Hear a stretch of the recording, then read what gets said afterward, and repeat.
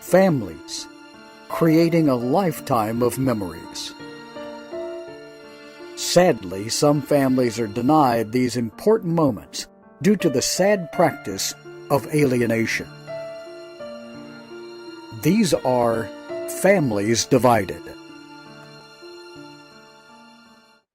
Hello, everyone, and welcome to another episode of Families Divided TV. This is our first episode of 2024, and we want to wish you a happy new year. We also want you to know that we here at Families Divided TV and Family Access, Fighting for Children's Rights, are praying fervently for you and your loved ones, that you will be reunited, that you'll see your children and grandchildren again, and in some cases, as in ours, and many others, you'll get to meet your grandchild or grandchildren for the very first time and begin building a relationship with them. This is our fervent prayer, and we really hope that these episodes help you much in getting to that as well as prayer. Our first speaker for this year, we are honored to have Dr. William Bernet. Tonight, he's going to be speaking to you on the child's perception of parental badmouthing and conflict. I know that many of you have a really hard time with the way your children or your grandchildren speak to you at times, and it hurts deeply.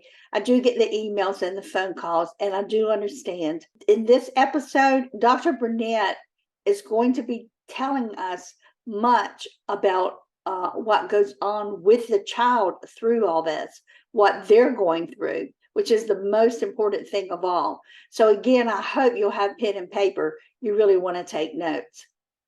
When parent A makes negative statements about parent B, children are affected and eventually damaged, which depends on the intensity and the persistence of the bad-mouthing.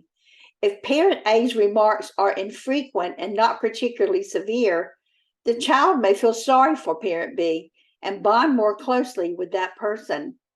If the parents persistently badmouth each other, the child may be caught in the middle of the conflict and experience an intense and painful loyalty conflict.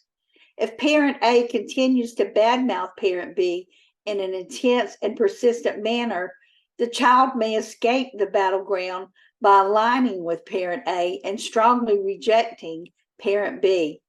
The episode here tonight will be presented by Dr. William Bernet, and he's going to emphasize the child's perception of personal conflicts. Again, this is hugely important, and please pay close attention. We're going to have Dr. William Bernet with us right after these important messages. Divorce and co-parenting are a major life interruption for families, especially the kids, but also for parents and grandparents. And it's even worse in blame-filled, high-conflict cases. When parents engage in alienation by turning the kids against the other parent or grandparents, kids suffer. They're denied the opportunity to build the 4 big skills necessary for future resilience. New Ways for Families online class can help. Parents learn to use our popular BIF and EAR skills to calm the conflict and stop the hostile emails and texts. And we even have a class for kids and parents to learn together. Research shows a 75% improvement in joint parental decision-making after this course is taken, plus overall improvements for kids' well-being. Don't wait to make this affordable investment in your children's future and improve your well-being too. Start learning new ways for your family today at conflictplaybook.com. Hello, I'm Dr. Bill Bernet. I'm a forensic psychiatrist and a child psychiatrist in Nashville, Tennessee. So let me tell you what we're going to be discussing today on this program. The title is The Child's Perception of Parental Conflict and Badmouthing. And so the general idea has to do, in the next slide, the general idea, and it's something that I think we all know, that when one parent makes negative statements about the other parent, that the children are affected, and if those negative statements are persistent, the children are eventually damaged. So I think we all know that, and I think we all know that the amount of damage to the children depends on the intensity and the persistence of the bad mouth. So that's the general topic that we're going to be talking about. But I'm going to divide it up into steps because we have the idea that there's a great variation in how much negative comments are made and how frequently and how severe they are. And the degree affects what happens with the children. So here's kind of the big picture, the overview. So suppose parent A makes remarks that are infrequent and mild, or as they say, benign. Well, in that case, the child may feel sorry for parent B and bond even more closely with that parent. In other words, do you follow this? That suppose parent A is the one who's making the negative comments, and the child, instead of adopting the negative comments, the child might actually feel sorry for parent B. So that can happen if the comments are mild and infrequent. Well, suppose the parents both engage in bad-mouthing each other. Well, if that happens, the child may be caught in the middle, and it may have a very painful loyalty conflict. But the third step is, suppose parent A badmouths parent B in a very persistent and intense manner. In other words, it really is overboard. So in that case, the child might adopt the position of parent A and reject parent B. So that's the big picture of what I'm going to try to present here. And I'm going to go through it step by step. But you can see that we have this continuum from no denigration to extreme denigration. And let me just describe the two ends of this continuum. On the normal end, that you can have a child where the parents are not bad-mouthing each other at all, but so this is a normal family, and the child is going to have a comfortable relationship with both parents. But the extreme version, where there's extreme alienation from both parents, can be very serious. And in fact, we call this extreme parental alienation. And it even occasionally results in the death of one of the members of the family. So I'm gonna go through from one end of this continuum to the other. And this is the overall steps. We can have a normal family, an intact family in which there's no parental badmouthing. Then denigration, which I mentioned a few minutes ago, where parent A criticizes parent B, but in a very limited, mild way. The next step is the parents criticize each other, so that creates a loyalty conflict. The next three steps are different levels of parental alienation. In mild PA, the child still has a good relationship with parent B. In moderate, the child usually avoids parent B. In severe, the child persistently avoids parent B. And sadly, there may be some cases of extreme parental alienation that may become lethal. So why are we doing all this? What are the implications of creating this continuum? Well, we call this a dose-response relationship, and at least in physiology and in medicine. A dose-response means that there's a relationship between the amount of a stimulus and the amount of the result in the person or the subject. And here, what we mean is the amount of bad-mouthing by parent A is related to the effect on the child between the child and parent B. So that's something I hope you'll see in a few minutes. Another aspect of this is parental alienation theory gets criticized sometimes for being too vague or unprovable, and that this helps. I think this series of steps and this dose-response relationship helps to prove the reality of parental alienation theory. And thirdly, I think you'll see that I'm pointing out a contradiction that occurs in some of the research, which is called denigration research. And let me explain that in a minute, but I hope you'll see that our continuum helps to resolve that contradiction. So let's go through the different levels of relationship among a child and the two parents. So starting with normal, intact family. In that case, there's no parental badmouthing, and the result, well, the child has a comfortable relationship with both parents. I think, that's everyday life. People understand that. So then there's this phenomenon that we call denigration. That's the name of this type of research, the denigration research. And it has to do with situations where parent A does criticize parent B, but the criticisms are mild, they're infrequent, and they're not a big deal. But what happens is, and this has been shown by research, what happens is the child doesn't like the fact that parent A is criticizing parent B, and so the child tends to sympathize with parent B and might even have a little bit better, closer relationship with parent B.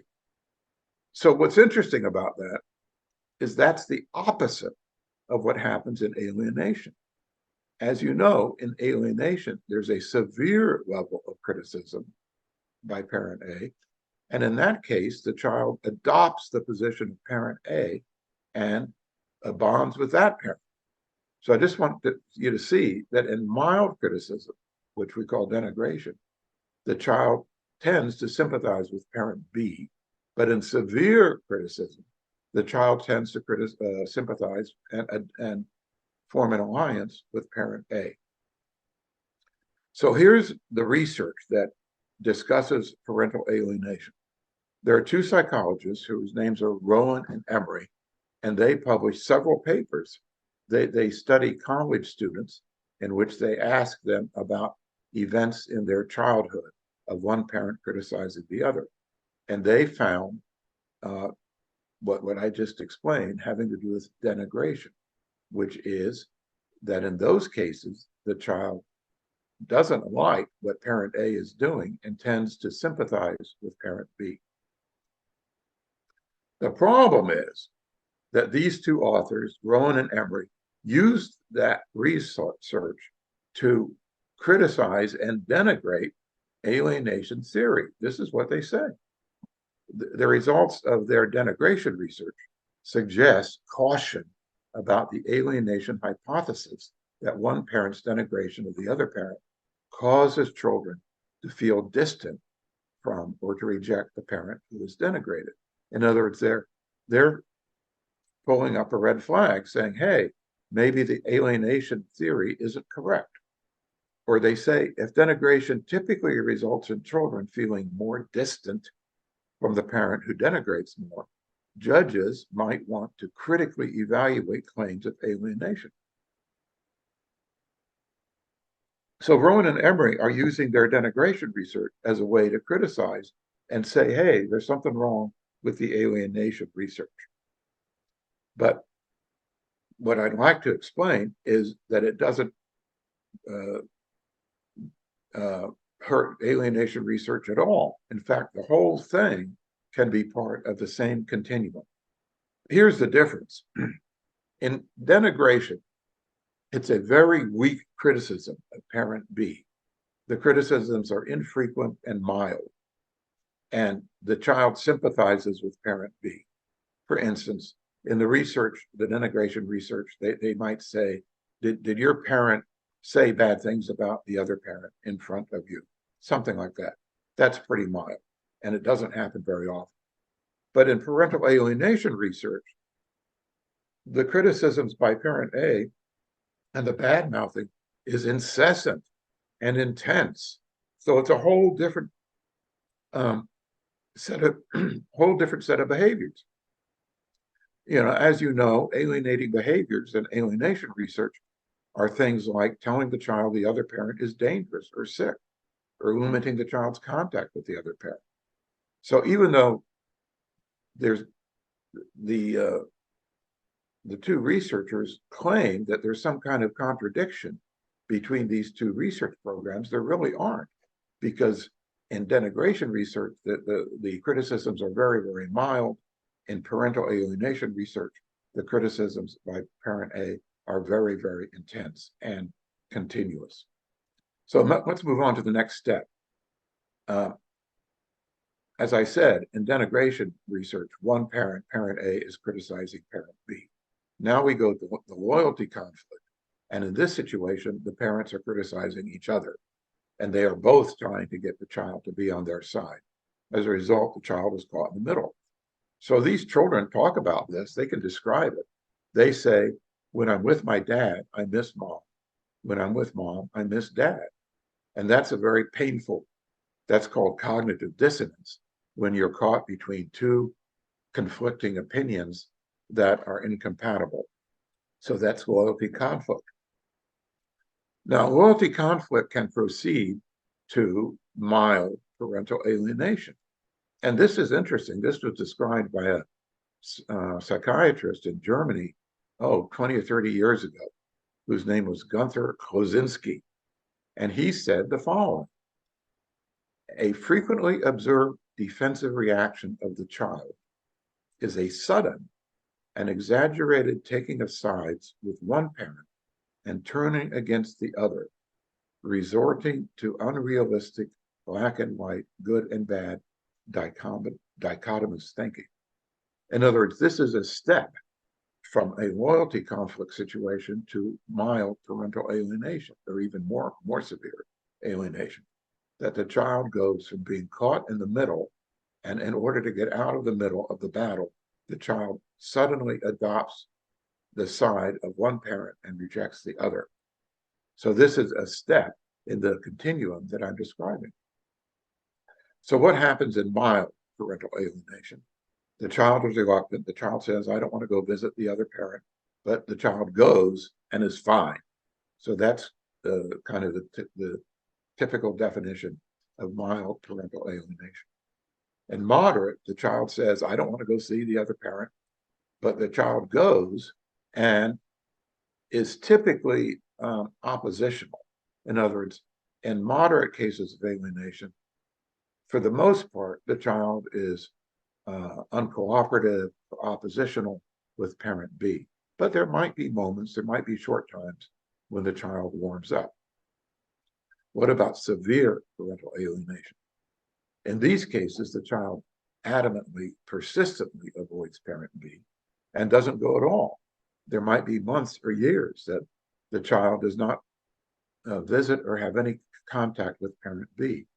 But even if the child does visit parent B, during that time, the child is persistently and strongly oppositional. So I've run through the definitions of mild, moderate, and severe parental alienation, which are pretty well known, but they're worth repeating, so that's what I did here. Well, we found one further step that we call extreme parental alienation, which are very tragic circumstances that might result in the death of one of the parties of the three, the mom, the dad, or the child, one of the three parties. And there are several possibilities of what might happen. There have been a few instances where the child who's alienated from parent B kills the parent, murders the alienated parent under the influence of the favored parent. Or there have been a few instances where the child kills themselves, which is very tragic. And I think that's because the child has become so disenchanted, so alienated from both parents, that the child doesn't sense any kind of support in his life, and he considers his situation hopeless. Another possibility in extreme parental alienation is the parent kills themselves, which is the alienated parent kills himself, which is very sad. Or occasionally there are murder suicides in which the alienating parent kills the child and then themselves. So in terms of this continuum that we have, this is at the extreme tragic end of that continuum. My colleagues and I have written up an article that was published a few months ago about extreme parental alienation, which is in this journal called the European Journal of Parental Alienation Practice.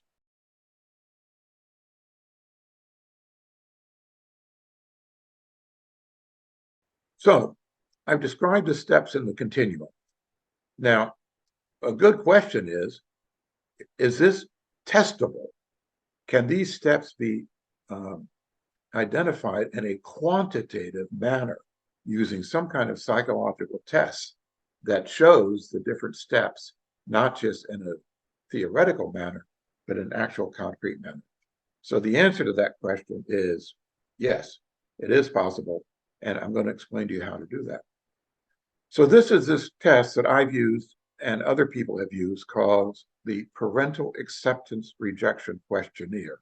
It's called the PARQ, the PARQ, and it's been used in many, many different circumstances in studying families and relationships within families. But in our case, it measures ambivalence, or what we call splitting.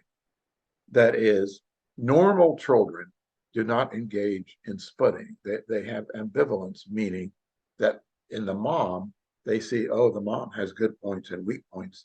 And the dad, they say the dad has good points and weak points. But in alienated children don't say that. They say one parent is totally good and the other parent is totally evil. So that's a feature of parental alienation that can be measured with this test. And we've published this in a journal called the Journal of Forensic Sciences. And my colleagues and I published a couple of articles in which we showed that this test, the PARQ, can distinguish alienated from non-alienated children. And this is what it looks like, that on the right-hand part of this picture in red are severely alienated children. And on the PARQ test, they have certain results, which, as you can see, are totally segregated from the children in blue, who are not alienated. Actually, if you look closely, you'll see that it's not 100% accurate, but it was 99% accurate, because one child, see that red spot right there over the number 55, the test number 55. It's blue, but there's one red line, which is there was one child who did not appear alienated. Who did appear alienated clinically, but who had normal results on this test. So in general, this test was phenomenally accurate in separating severely alienated from non-alienated children. So how can we apply this to the continuum that I've been talking about? And we can do that. Incidentally, if you go back to the way these scores work out on the PARQ test, low scores are more favorable. High scores are negative toward that parent. So what about a normal family? In a normal family, the child has low scores, has normal scores for both parents. In other words, the child perceives both parents in a positive manner. There's a lot of research has published that type of result. So what about the next step in the continuum, which we were calling denigration? And I told you that in denigration, parent A denigrates parent B, but in a soft manner, and that the child tends to sympathize with parent B. And so what happens with this, the child has slightly negative opinion of parent A. And I think we can show that, at least that's what we would predict, that using the PARQ would be slightly high for parent A because the child doesn't like the fact that they're criticizing the other parent. I'm going to show you this visually, graphically in a few minutes. What about in a loyalty conflict? Both parents are doing things that are somewhat negative, and the child has a little bit negative view of both parents.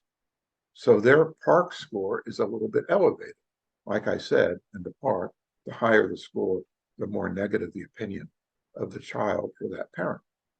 Let's go through mild, moderate, and severe alienation. So in these cases, the PARQ score starts to separate, meaning the PARQ score for the favored parent becomes lower, in other words, more favorable, and the PARQ score for the rejected parent becomes higher, more negative.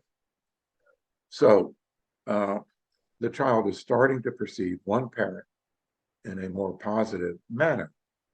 This has been shown in research by Alvarez and Turner, who are psychologists in Texas. So I'm not just making this up.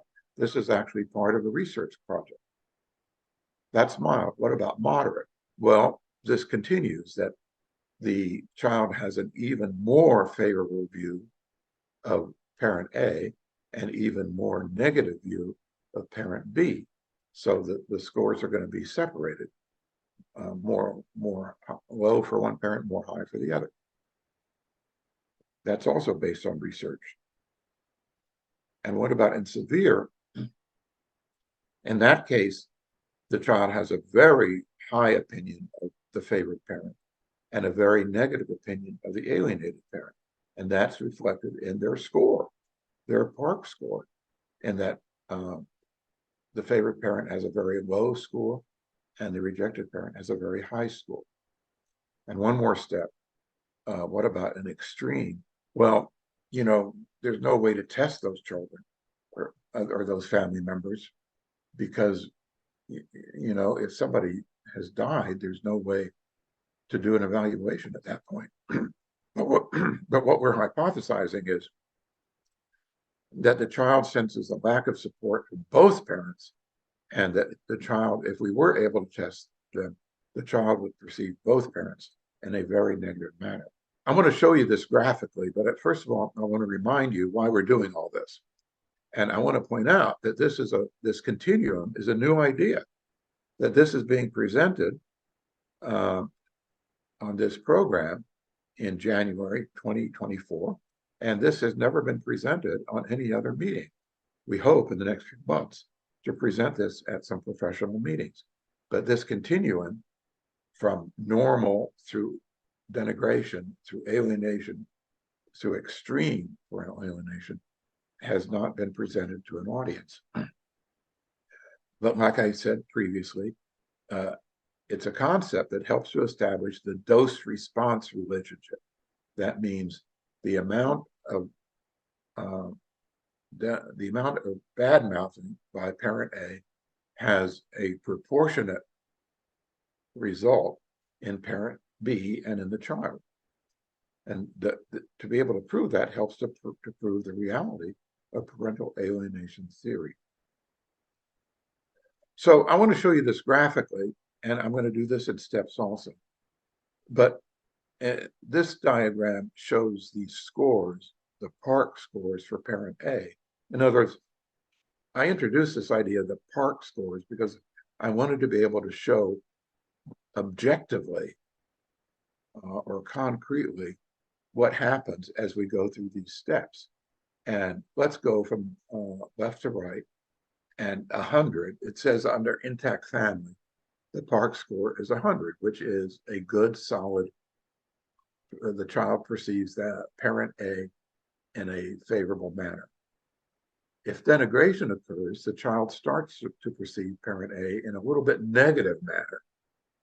And that's also true when a loyalty conflict occurs. The child perceives both parents in a somewhat negative manner. But as the child progresses through mild, moderate, and severe parental alienation, the child's perception of parent A becomes more and more positive. That's how the bars become shorter, the scores go down. That becomes more and more positive. Incidentally, on this test, the PARCC, the least possible score is 60.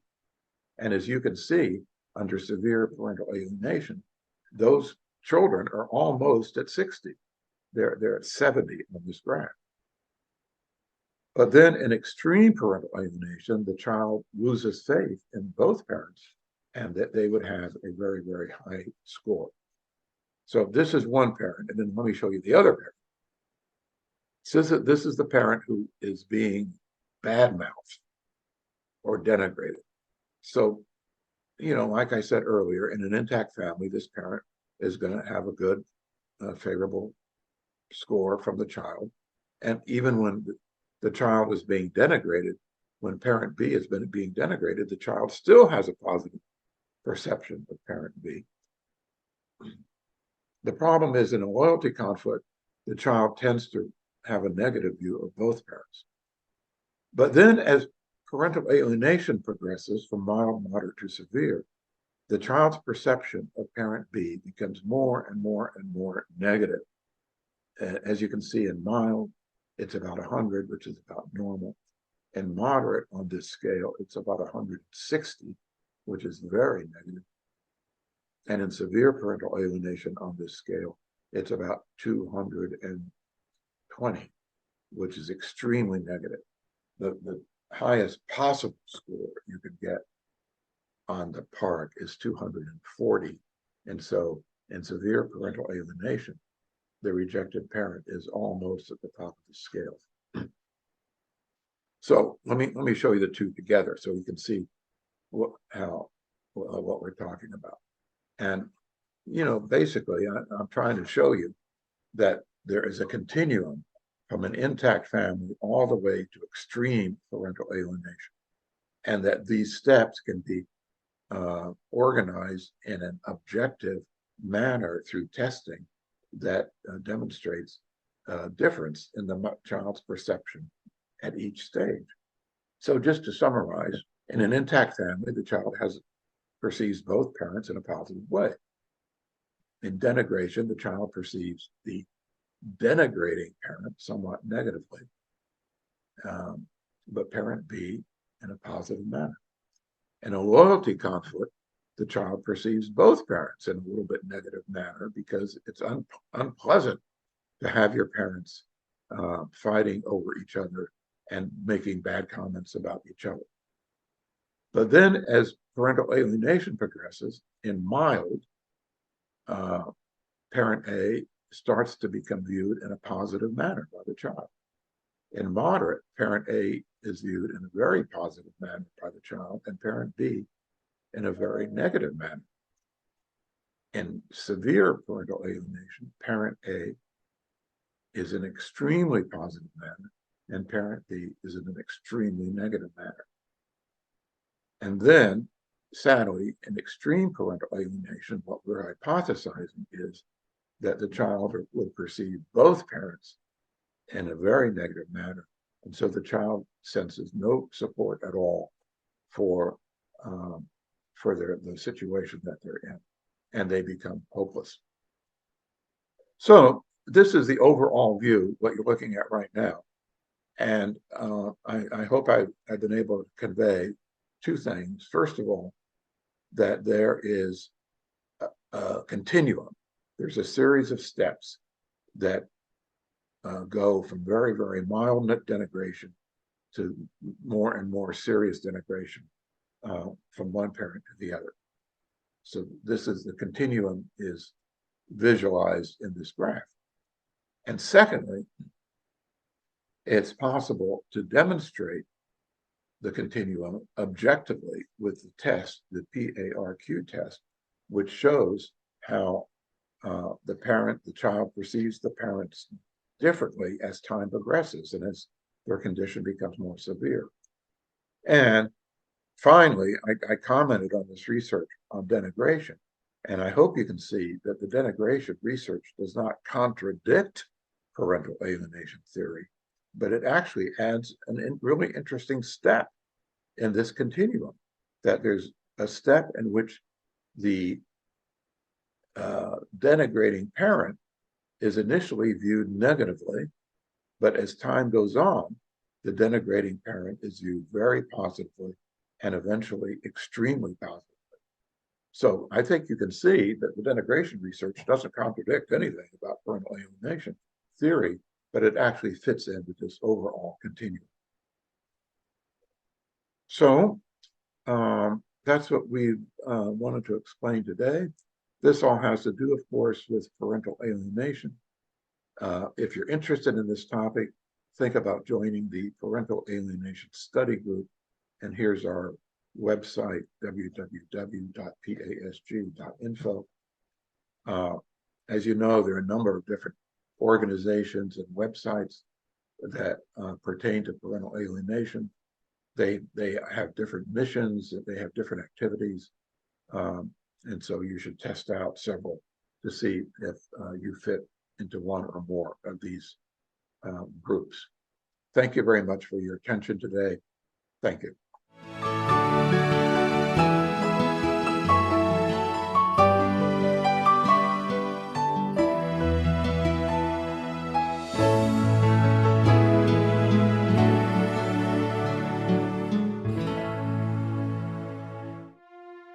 Next week on Families Divided TV, Dr. Sue Kornbluth discusses learning to self-regulate your emotions to increase your chances of reconciliation.